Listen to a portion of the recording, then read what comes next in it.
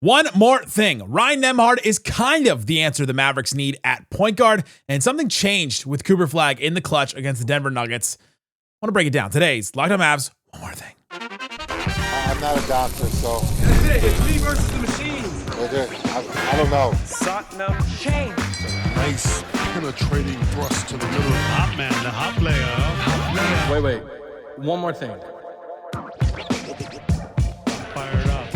Yeah, you're still locked on to the Dallas Mavericks, your team every day. My name is Nick Angstadt, media member covering the Mavs for over 10 years. Today's episode is brought to you by FanDuel. Right now, new customers can bet just $5 if you win. You get $300 in bonus bets to use across the app. Head to FanDuel.com to get started. It's the One More Thing, a bonus episode of Locked On Mavs. If you missed the post-game episode with me and Slightly talking about the Nuggets game, go listen to that show. But today, Ryan Nemhard. Incredible game. Historic game. The only undrafted rookie ever to have 28 points, 10 assists, 0 turnovers, because the only other rookie to ever do it was Stephon Marbury. He was the number 4 pick in that draft. Insane. So I want to talk about Ryan Nembhard, but I also want to talk about Cooper Flagg. Incredible clutch numbers for him because he scored a couple more points in the clutch in the game against the Nuggets. And 2 possessions specifically I want to talk about because Jason Kidd came out and talked to Cooper Flagg and something changed about Cooper Flagg. So I want to get into that. But let's start here. Ryan Nembhard.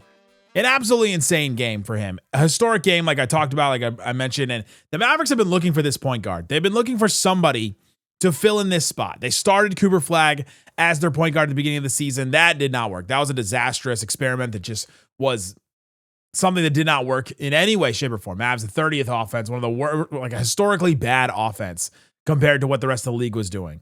Really bad. Did not work at all. Yes, the Mavs had some injuries. Yes, the Mavs missed a bunch of shots, and Jason Kidd said, well, we just got to make shots. Sure. Did not work at all. Then the Mavs decide to go, all right, let's change this up. Let's go. Let's do something different. And let's figure out if we can if we can get, so Brandon Williams was the next one to start, right? So you had Cooper Flagg start. Then you had then you had Brandon Williams start a couple of games. Then you had D'Angelo Russell start a couple of games. And you're just like, all right, now what do we do? Now Ryan Nembhard has stepped into the starting lineup, and he's been awesome. He's been awesome in that spot. He's hitting his shots. He's running the ball in the pick and roll. He's a great pass-first player. And one of the things that Jason Kidd said after the Denver Nuggets game that is true about Ryan Nembhard, he knows who he is, and that's kind of refreshing, that a kid understands who he is and plays the game at the level that he plays. I think he's one to have 10 assists, the only one to have 10 assists as an undrafted rookie. That's special, especially for this group. He took the shots that are there for him tonight. The big thing is that his teammates enjoy him being out there because they know they have a chance of getting the ball. That's important. But this is a veteran team. You look at all the guys that are out there, especially the guys that are out there in the clutch. You look at Anthony Davis, champion, all-NBA player, maybe on the trading block, maybe out there trying to prove that he is, worth it to the Mavericks, worth it to another team to be traded. Like he is out there needing to get the ball and needing to make things happen. Klay Thompson, towards the end of his career, wanting to win games, frustrated the Mavericks aren't winning games. 4-time NBA champion. Naji Marshall, a guy, a veteran guy that's been around the NBA for a little bit, trying to prove himself as a starter, trying to prove himself at the next level. Cooper Flagg, number 1 pick in the draft. This generational talent that's supposed to be this next guy. And you have undrafted 2-way guy, Ryan Nembhard, handling the ball and has the ball in the clutch, making things happen with those guys around him closing the game.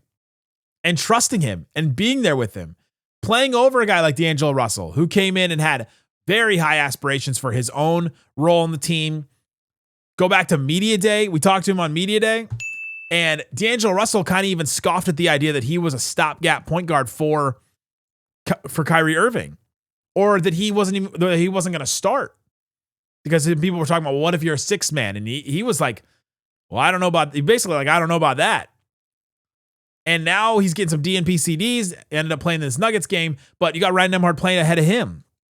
And I just think that I think Kidd is right in the sense that Ryan Nembhard knows who he is as a rookie, as an undrafted guy, trying to prove himself off a 2-way contract. That is incredible.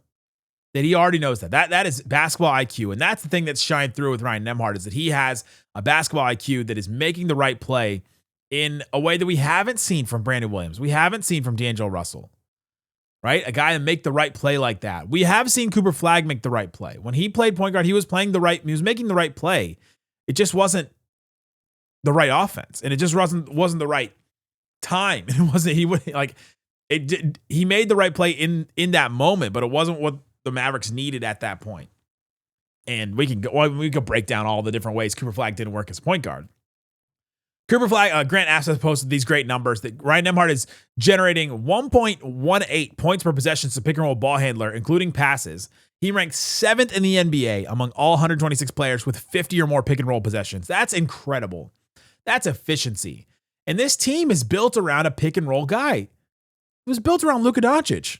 It was built around a guy to make things happen for finishers. Anthony Davis is an all NBA finisher, an all league finisher as a player. I spent all offseason talking about they've got to get the right guy to set him up. And I was told by Lakers fans, by people that cover the Lakers, D'Angelo Russell is great at setting up Anthony Davis. I went back and watched games, watched film, watched all kinds of stuff. D'Angelo Russell was really good at setting up Anthony Davis. We just have not seen it because, one, Anthony Davis hasn't played enough, and two, D'Angelo Russell has a really hard start, like a really tough start to the season, and Jason Kidd has not really trusted him that much either. Let's be clear about that.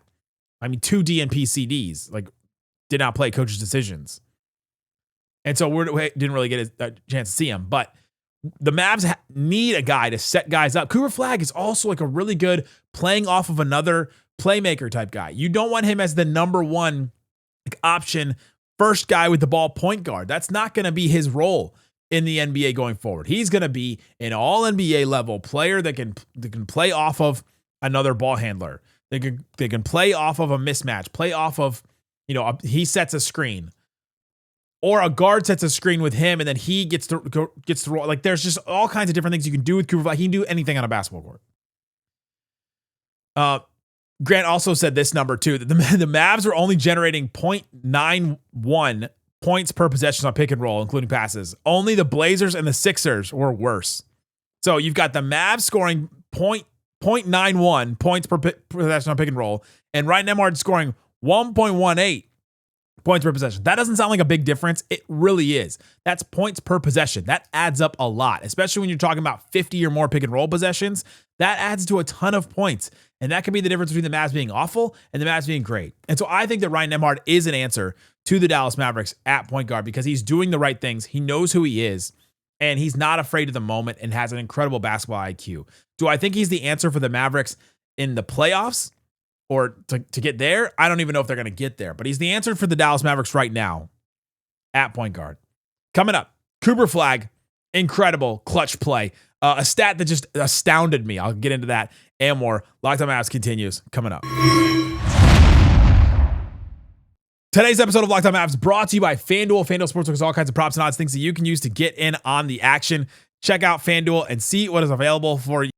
Cooper Flagg back at the top of the Rookie of the Year odds on FanDuel, -125 to win the Rookie of the Year, and Con Knibble +130 to win Rookie of the Year. VJ Edgecombe has dropped all the way to +2,000. What happened to that guy? Derek Queen +2,000. He's tied right there with him. Cedric Coward +3,000. Jeremiah Fears +7,500.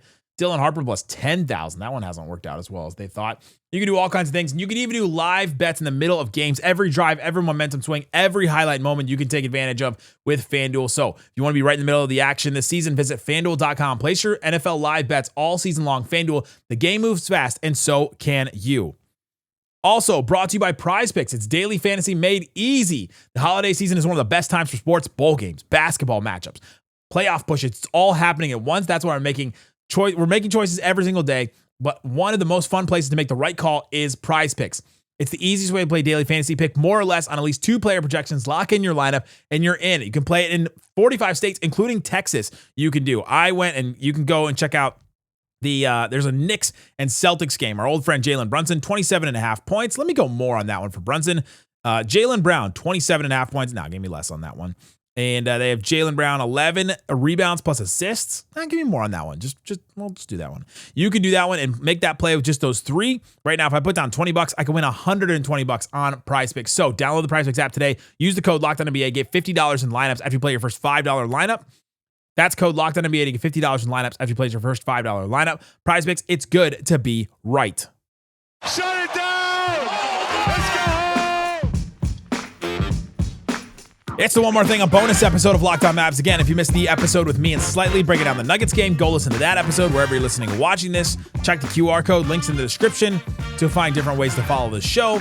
We're talking about Ryan Nembhard, and we're talking about how he's kind of an answer for the Dallas Mavericks at point guard, especially right now, because that's what the Mavericks need. They need playmaking. They need somebody to set him up, and honestly, they need somebody to like hit a mid-range shot. Cooper Flagg hitting the mid-range shots against the Clippers was really big, and that was massive for him. He had 35 points without a three because his mid-range shot was getting going, and he was driving to the basket.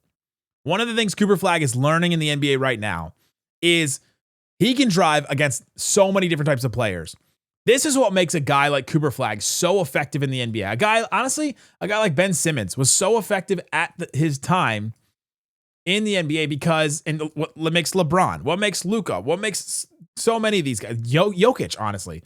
You're so big with that ability to dribble, to finish with finesse with either hands, to finish on runners, hook shots, to finish at the rim on finger rolls, over the top of guys, scoop shots because you have the body control to do that, the balance to be able to finish, the footwork to be able to finish underneath. Remember the play against the Clippers with Kawhi Leonard where Cooper Flagg stops and pivots, and then he gets underneath Kawhi's arm and then scores underneath. Like that is footwork and balance and all kinds of great stuff. Cooper Flagg is 6'9", and he can finish over, and he can run past anybody with his quick first step and finish over the top of the guys that can stay with him because they're going to be normally they're going to be smaller than him. And so he's finding this advantage like in real time, like a giraffe, like a baby giraffe learning to walk, right? Like you just basically when a giraffe is born, they drop 6 feet from the top. Like the mom is not on the ground. The pregnant giraffe will stand up and a baby giraffe will fall right out, stand up and start walking. And you think that they're walking, like running right away? Not really. They got to like figure it out. And so that's what Cooper Flagg is. He got dropped 6 feet on the ground and he's got to figure out how to walk and figure out, hey, I have a lot of advantages here. And so this Denver Nuggets game, 3 minutes and 29 seconds left in this game. Jason Kidd calls a use it or lose it timeout, which Jason Kidd loves those usually. You can only take 2 timeouts into the last 3 minutes. And he always, if he has 3 timeouts, he's always going to take that one no matter what. He takes the timeout and he runs out to Cooper Flagg, like immediately. Sometimes a coach takes a timeout and you're like, I'm just getting some guys a breather. And so he just hangs out. He grabs the clipboard, pulls the coaches together or something like that. But when Jason Kidd takes a timeout and immediately runs out to a specific player, you know he's got a message for that player, right? And then Jason Kidd takes his shirt and holds it over his face. Like holds it over his face like this to say something to Cooper Flagg that he definitely didn't want anybody lip reading or hearing at all, right? Who knows what he actually said in there? Or if he was calling another player out on the other team, or if he was saying, hey, get your butt in gear, like calling out the 18-year-old. Jason Kidd tries to keep some of the pressure off of some of these guys, and so he didn't want people to hear what he was saying. But here are the 2 plays before that moment and the 2 plays after. The 2 plays before, Cooper Flagg has the ball in the right wing, turns it down, passes it off, and Max Christie misses a 3 off of a Nemhard drive. Anthony Davis misses the putback where it like almost went in, rimmed out, and all that. Cooper Flagg had an open lane to the rim, could have driven it all the way and decided not to because Anthony Davis was all the way on the 3-point line. Jokic was all the way there, and the guy that was going to come and be the help defender was Spencer Jones, and Cooper Flagg can finish over the top of him. Next play after that, Cooper Flagg passes it off to Klay. Klay runs like this weird pick and pop with Anthony Davis, takes a contested mid-range shot, misses it. Cooper Flagg could have driven on that play too. Had a lane to the rim. Anthony Davis was pulling Jokic away from the rim. There was nobody bigger than Cooper Flagg anywhere near the rim. Aaron Gordon was not playing in this game, and Jonas Valanciunas was not in the game. So there's nobody else contesting. Jason Kidd rushes out, calls the timeout, says this thing to Cooper Flagg. Next 2 possessions after that, Cooper Flagg drives right into Peyton Watson, right hook, runner off the glass with his right hand. Boom, Mavericks up 122 to 117. Next possession, Cooper Flagg gets a rebound. It gets in transition, pushes the ball. Jokic is under the basket. Cooper Flagg gets Peyton Watson on his hip again. In transition, gets him on his hip. Holds him there, and then finger roll over the top of Jokic as he's backpedaling. Finish over the top of a 7-foot center like that.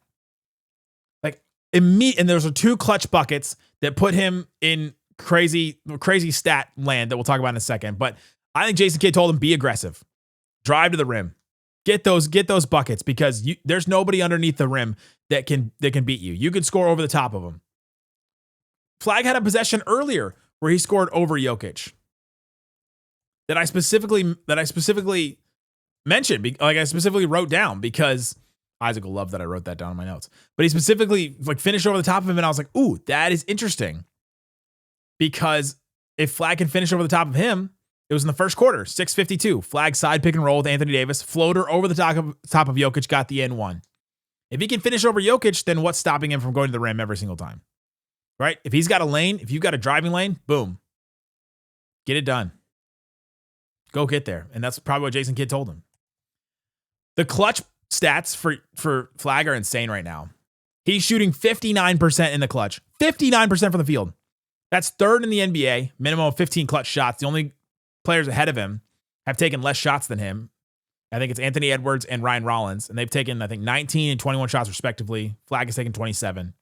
But third in the NBA in percentage. He's number 4 in the NBA in total clutch points scored. SGA has 80 in 50 minutes. Cade Cunningham has 67 in 48 minutes. Tyrese Maxey has 66 in 65 minutes. Cooper Flagg has 52 clutch points in 71 clutch minutes. Now, that's not as good of a ratio as 67 to 48 or 80 to 50 or 66 to 65, right? Harden is the next one below him. He has 42 in 39 minutes. These guys are scoring like a point a minute or 2 points a minute or a point and a half a minute, basically, for Cade and SGA. Flagg is not scoring a point a minute in the clutch, but he's racking up points. He's making his shots, shooting 59%. It's not like he's taking a ton of shots in these 71 minutes. He's efficient. He's just not as aggressive as the other stars, the Hardens, the SGA, the Cades, obviously, the Maxies. Here's the stat that blew me away, though. LeBron James' rookie year, until December 2nd, he played 8 clutch games. Cooper Flagg has played, 17? He's played 15. LeBron James, 14 points, 6 of 20 from the field. 6 of 20. He had missed 14 shots in the clutch through December 2nd of his rookie year when he was 18. Cooper Flagg, 52 points, 16 of 27 from the field. LeBron had 14 points in the clutch through December 2nd. Cooper Flagg is 52 already. And it's not like they took a completely different amount of shots. LeBron James took 20. Flagg is taking 27. That's insane. By the way, LeBron James for his whole rookie season, 44 clutch games, scored 99 points, 34 of 99 from the field in the clutch in 164 minutes. But this is where we are. I talked about it in the postgame show where I was like, the only player we can compare him to is LeBron James. That's it. That's the only player you can compare him to. By the way, 34 of 92 in the clutch, 37% from the field, LeBron James in the clutch during his rookie year. Flagg is at 59% right now. So things could take a turn for sure. But this is something I'm watching right now because him being able to score in the clutch like this in the final 5 minutes of the game when it's close is only showing good things for his future because that's when everybody's like playing their best, right? Incredible. Incredible stuff. Great stuff from him. Great stuff from Ryan Nemhard too. Thanks for hanging out with us on the One More Thing bonus episode. Go listen to our other episodes. Check the link in the description for different ways to follow the show, including our text line. Guys, thanks so much for listening to Locked On Mavs One More Thing. Peace out.